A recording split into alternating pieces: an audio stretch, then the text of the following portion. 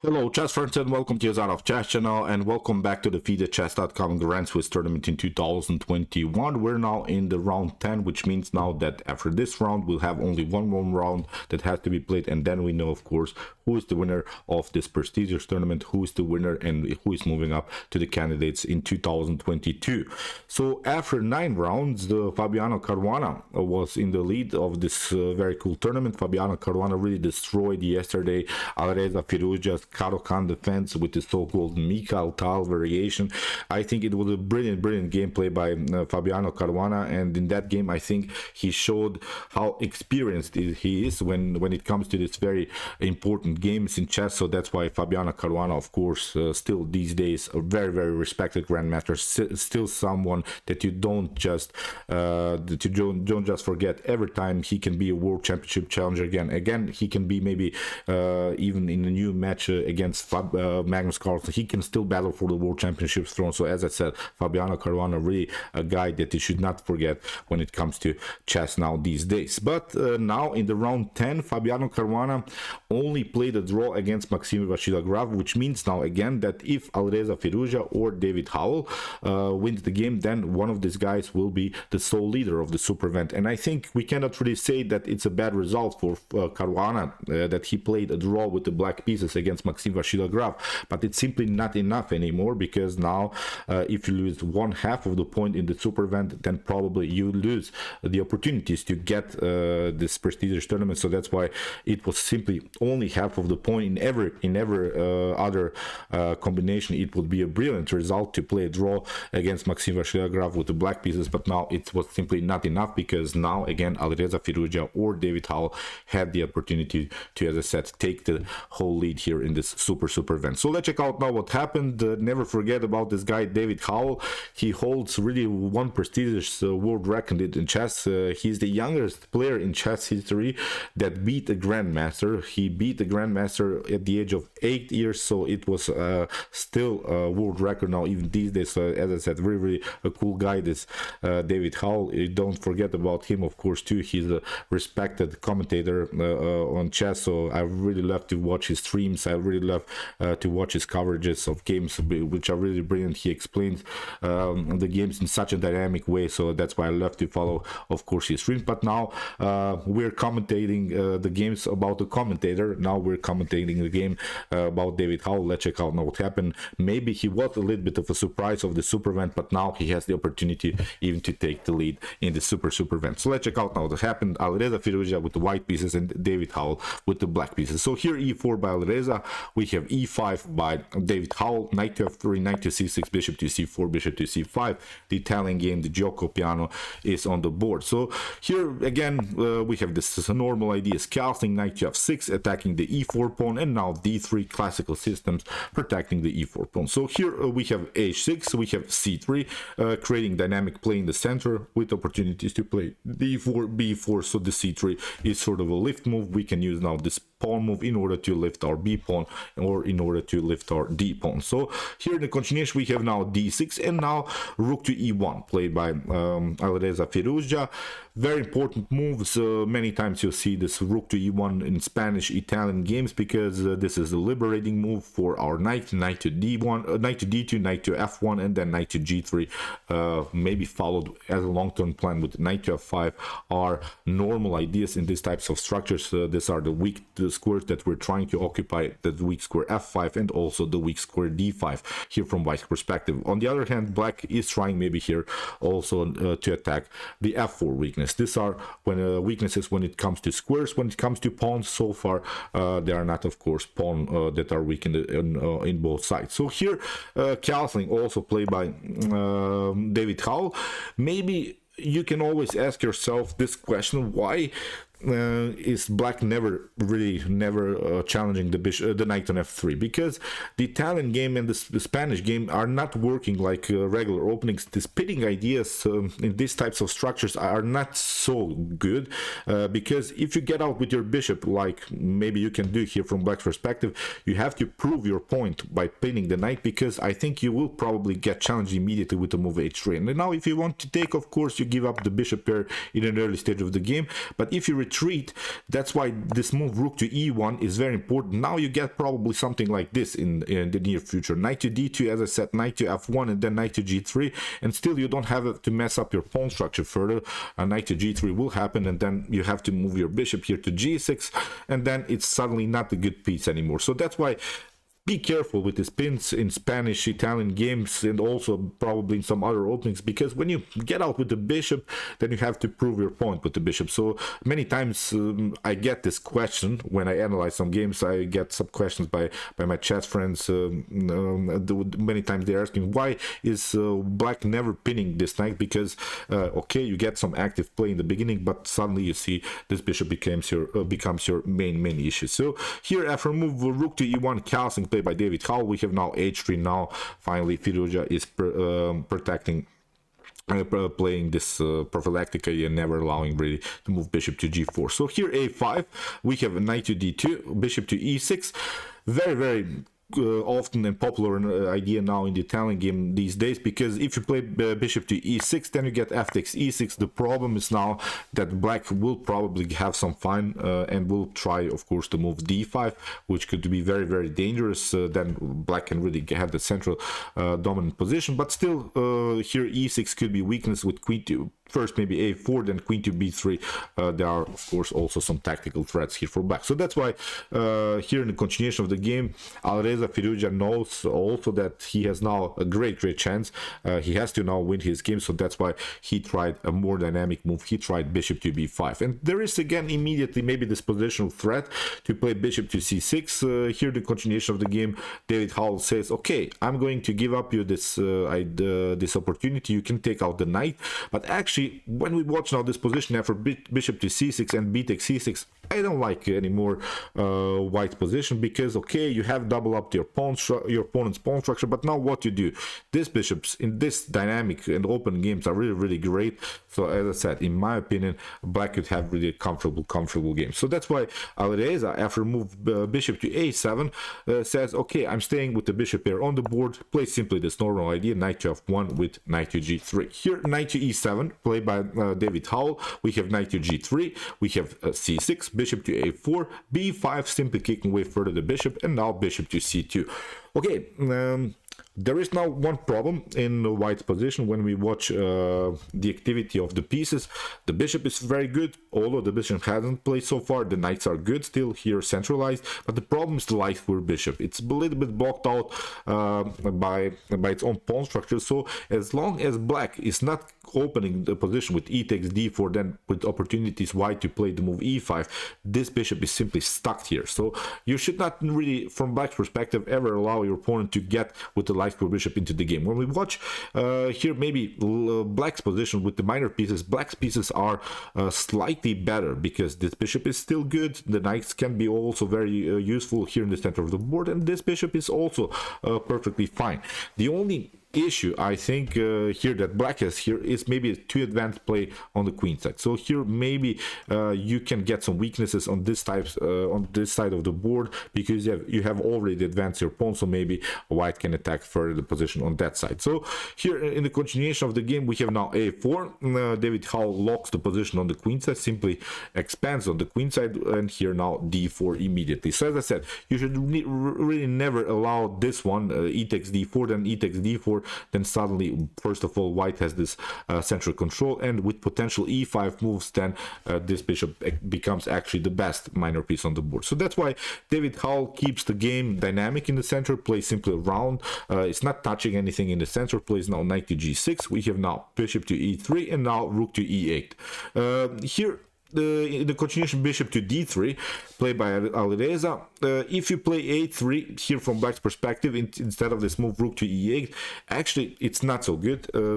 I was very curious why this move is not working, as it creates, of course, immediately some weaknesses. It is a temporary sacrifice, but actually it's not working, because here after a3 we can simply play b takes a3, and after queen to a5, okay, I'm giving up the pawn back, but now after here something like b takes a4, you get bishop to d2, and suddenly the queen is endangered in one particular moment. This is a weakness, so actually it's not so good here for black to expand further. So that's why here rook to e8 so far a good move by David Howell, and now bishop to d3 here by Alireza, regrouping, trying simply to get the pieces more into the game, maybe as a long-term plan even to play bishop to f1, then maybe get use of at least this diagonal on the board. So here it was sort of a maneuver, because we have to really say this bishop on d3 is not a good piece. So here in the continuation bishop to b6, we have now a3, finally preventing this idea, although probably queen to d2 is a normal idea, then with rook to d1,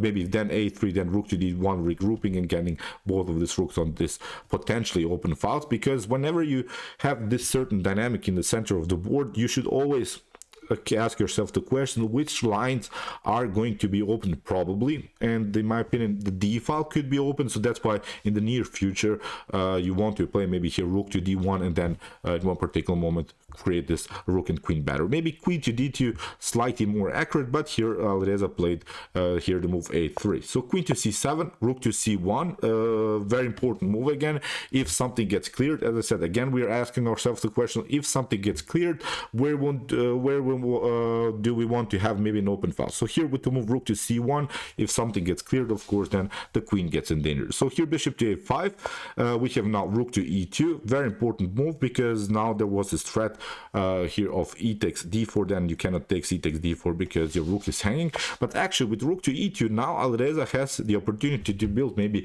a rook battery on the c file, which is also a nice idea. Here we have queen to b7, and now c4 by Alireza is opening out the position very, very well here by great play by the young player, because c4 opens now the position, and the problem is now for black is not attacking the b2 weakness. In the previous moves maybe the c4 wouldn't work because the b2 would be simply too exploited, but now with the move rook to e2 everything is glued together, and now c4 is a great opportunity, and we have now reached really critical stage of the game, because this is now a wild game. Many pawns are hanging, so let's see now possible continuation. Here the continuation, David Howell played the move b takes c4, which is really great move. We're opening first of all the b file, and now in the near future maybe black can also create some pressure, although this pawn is temporarily protected, but as a long-term plan it could be our main goal here from black's perspective. If you take e takes d4, it wouldn't be such a good position, then white can simply proceed with bishop takes d4, and you see now there is this threat of playing bishop takes f6, and after g takes f6 the pawn structure would be simply too weakened, and then I think black is strategically lost. And now if you play for instance bishop to c4, you can maybe take, and now if you move here your knight from the attack of the bishop, then you get a tactical shot bishop takes g7. You see how really wild this position can be. It seems so in the beginning that nothing dramatically is going on, many pawns are hanging, still everyone has good pieces on the board, but here after bishop to g7 you see this happening, knight to f5, knight to d6, and I think black can resign immediately. So that's why I have to be careful. As I said, e takes d4, maybe not the best of moves. Okay, you can maybe play this, maybe you could try bishop to d8, but here it's again not better. C takes b5, here finally you're left maybe with an isolated pawn on d6. So that's something that you should always consider in these types of positions. What can be really the outcome of this trades of pawns, of this trades of pieces? How are my pieces protected? So what you don't want to get, for instance, is like an isolated pawn or a messed up pawn structure after potential bishop takes f6, g takes f6. So you don't want to have a weak pawn, you don't want to have a weak square, you don't want to have a messed up pawn structure, you don't want to have an endangered king.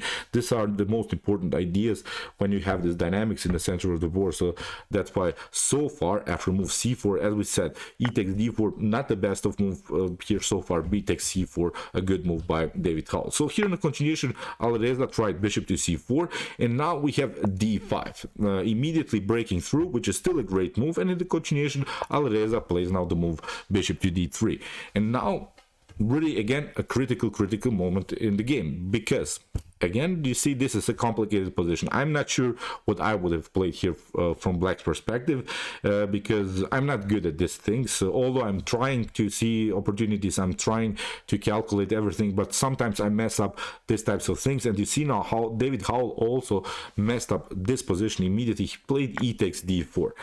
invited simply Alireza Firouzja's further pieces further into the game, because here instead of this move e takes d4, the better idea is to play simply c5, creating further here madness in the center of the board, because with the move bishop to d3 it was a little bit of a passive move by Alireza, because there are now several opportunities. If you play d takes e5 to release the pressure here around the square d4, this wasn't played in the game, but let's see again possible outcomes. Here you have this idea, knight to e4, then you can play maybe bishop to c5, here taking out this pawn, but now knight to f4 is happening. You see now the rook is hanging, you have to move. I think in the near future this bishop will be taken, at least we can also take out this one. So here with this activity, again with the bishop pair on the board, I think black is much better. You could maybe try rook to c2, we take, you take, and now queen to b2 with the bishop pair on the board. Believe me, this is much better here for black. The knight is very active here, the bishop is very good, also this bishop on a5, perfect piece. So here you could maybe try to play e takes d5 instead of this move d takes e5. You could maybe try this one, e takes d5, but now with bishop to d5, you're the one that invited your opponent's pieces into the game, and now we're threatening here from black's perspective the move bishop to f3 to mess up the pawn structure. So this would probably be better here, continuation for Alireza. So here simply c5 would be a great move by David Howell, but unfortunately he played e takes d4, and here Alireza smells immediately some blood. He plays bishop to knight to d4, attacks of course the bishop, and now he has control of this very important square f5. Here in the continuation we have bishop to d7 by David Howell, protects also his c6 weakness. If you try here something like bishop to c7, maybe to counterattack here also the knight on g3, then probably knight to e6 would be the best line. And now in the continuation of the game, after, sorry, my screen moved, here after move knight to e6, rook to e6, and you see now in this scenario e takes d5, knight to d5. Again, I think white is slightly better because of the bishop pair activity. This is now an open game, and I think that white should not have worries here. So as I said, here probably bishop to d4 we can play, and everything is good together here for white. So here after move knight to d4, unfortunately for David Howell, he played bishop to d7, and it allows now here Alireza Firouzja to play this move knight to f5. Knight to f5 creates of course this very important and active square for white, and now in the continuation we have bishop to c7. If you try bishop to f5, then we can take here knight to f5, and even if you take out this one, now knight to d6 is happening, and then you lose decisive material. So this is not working here for black, so black has to protect now here the weak square on d6. Bishop to c7 played by David Howell. We have e takes d5, we have c takes d5, but finally in this particular scenario again black is left with an isolated pawn. So whenever I'm not sure how much you can calculate. As I said, I'm not good at these things myself. I'm not sure sometimes what should I do. Sometimes I miscalculate this dynamics in the center of the board. This is not really something that I'm proud of, but at least I'm considering the options, what is going on the board. I really try to see everything, but I'm sometimes not seeing everything like David Howell didn't see until now. In this scenario, black is simply left with an isolated pawn, so it's now a long-term weakness, which is not good. And here Alireza Firouzja plays of course bishop to d4, regroups. Look at the structure now, the rook is perfectly fine on the c file. These bishops are really well placed here, both of these diagonals. The knights are very active, so it's now an easy game here for Alireza. So here bishop to e5, now again a new blunder here by David Howell. He should have probably played rook to e2 or bishop to g3. I think are normal moves, releasing the pressure. But now with the move bishop to e5, the bishop becomes actually a target, and now Alireza has a great move.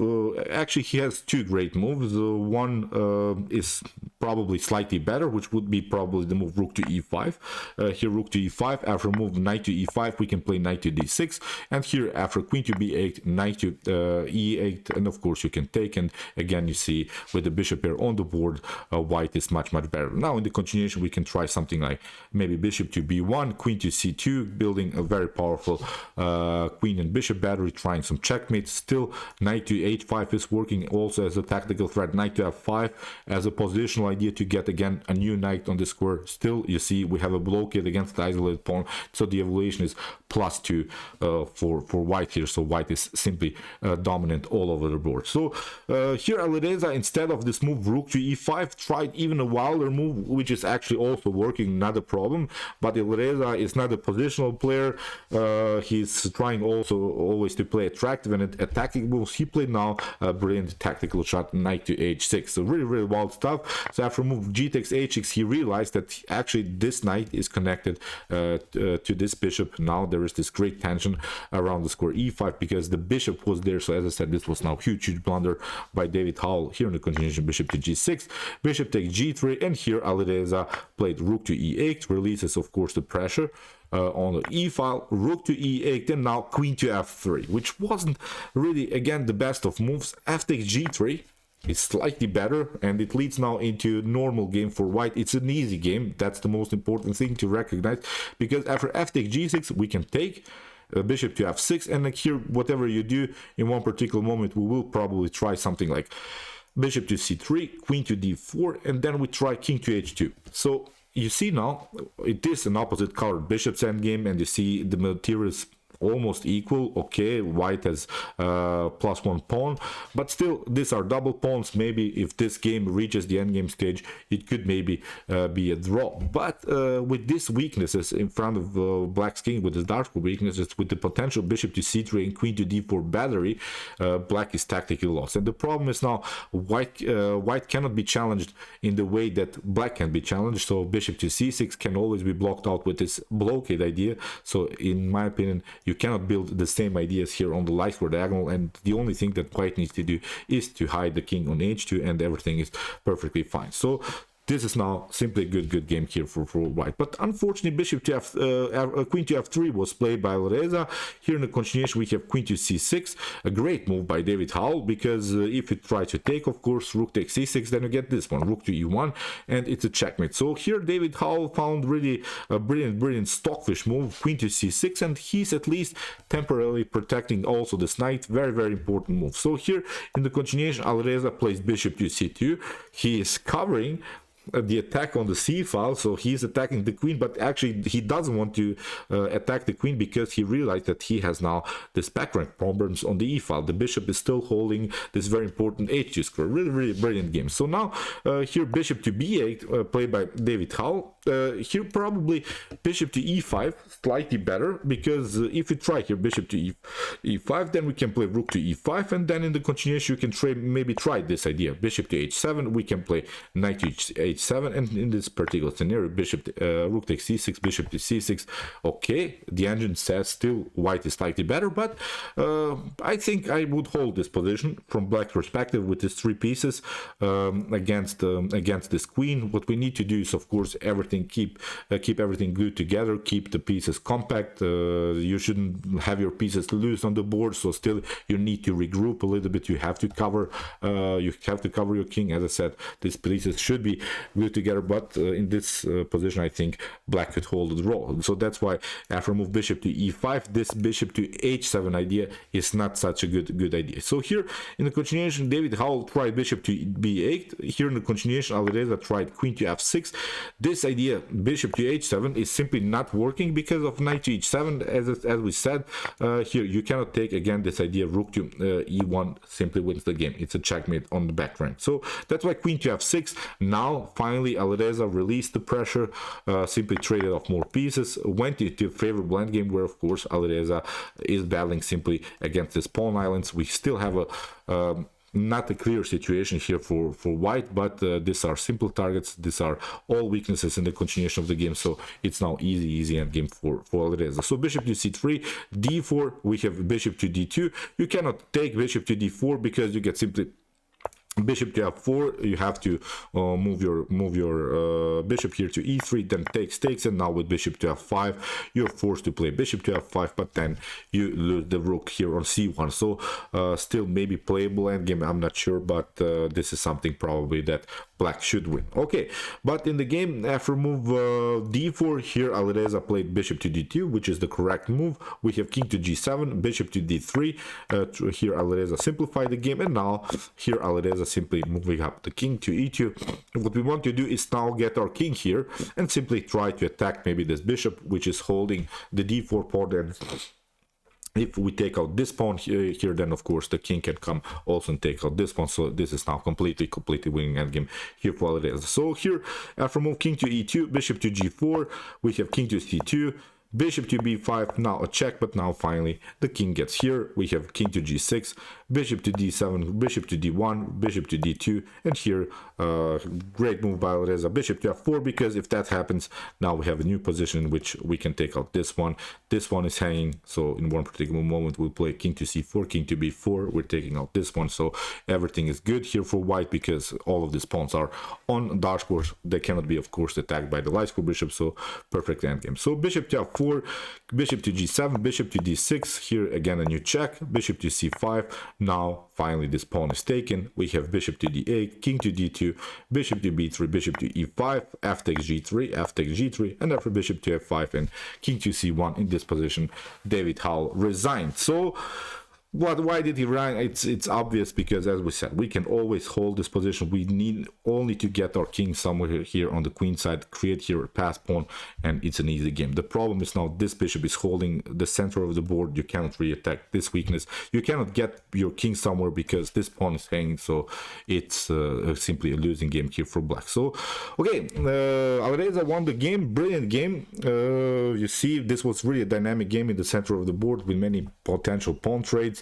Now after the round 10, again Alireza Firouzja is in the lead. He has half of the point more than Fabiano Caruana. So we'll see what will happen now tomorrow in the last round, which will be, I think, also very important game. Be prepared, this is not easy. Many players still can be on the first place, among them also Fabiano Caruana, also Maxime Rachilograph. So many great players can be still the winner of the super event. So okay, I hope that you enjoyed this game. I really enjoyed it a lot. If you want to see more games from the super event, check out my coverage so far with some great games played by Alireza and some other top grandmasters. And if you want to see maybe some top engines battling in their best chess games, check out my commented chess games played by computers with some great games played by Stockfish, Alpha Zero, Lila Zero, and many more. And if you like this content, don't forget to subscribe to my channel. See you soon with some more videos, and what to say, chess is the best, of course.